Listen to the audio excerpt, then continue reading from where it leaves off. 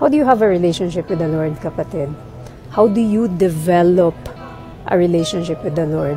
Remember po, ang atin pong nature, tayo ay makasalanan. That is the first truth. Ang tao ay makasalanan because we have a fallen nature, gawa ng una nating mga magulang, Adam and Eve.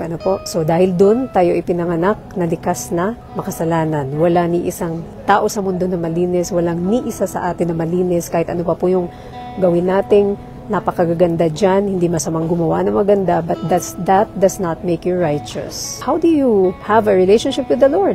Hindi kailangan ng katakot-takot na daming ritual. The only way to the Father is Jesus.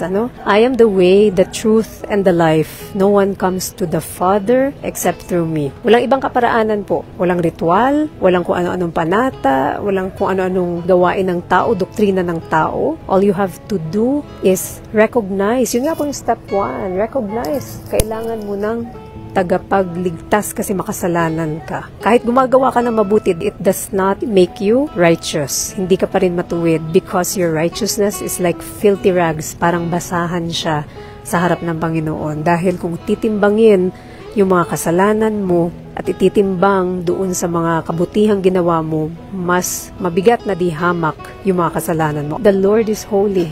God is holy, mga kapatid. Siya ay banal. Hindi pwedeng pumunta sa harapan niya ang isang tao na kahit isang kasalanan, mga kapatid. So, ngayon, kailangan mo ng pamamaraan. Paano ka ngayon haharap doon sa banal na Diyos? And that is why you need to accept Jesus. Yun yung saysay, bakit siya namatay doon sa krus ng Kalbaryo. Bakit inako niya lahat ng mga kasalanan mo noon, ngayon, at sa darating pa. Bakit binayaran na niya lahat? Bakit niya sinabi, it is finished?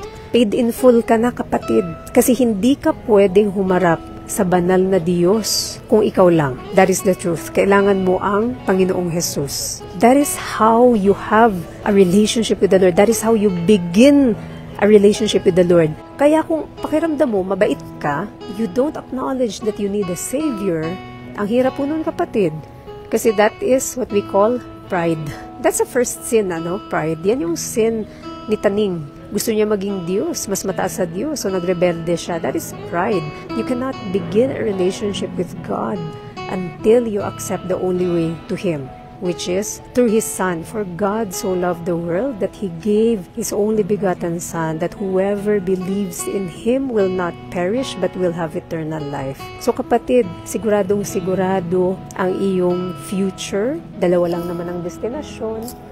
Either you go to heaven or you go to hell. The only way to go to heaven, hindi dahil sa mabubuti mong gawa. Do not be misled. Hindi dahil nagpanata ka, hindi dahil nag-fasting ako, hindi dahil nag-donate ako, hindi. Wala doon yung pagpunta ko sa langit. Yung pananampalataya kong buong-buo at pagtanggap ko na ako'y isang makasalanan and kinailangan ko na may magsalba sa akin. At yun lang ay ang Panginoong Jesus, hindi kung sino pa man, walang iba na itinalaga. Walang ibang sinabi ang Biblia kundi the Lord Jesus.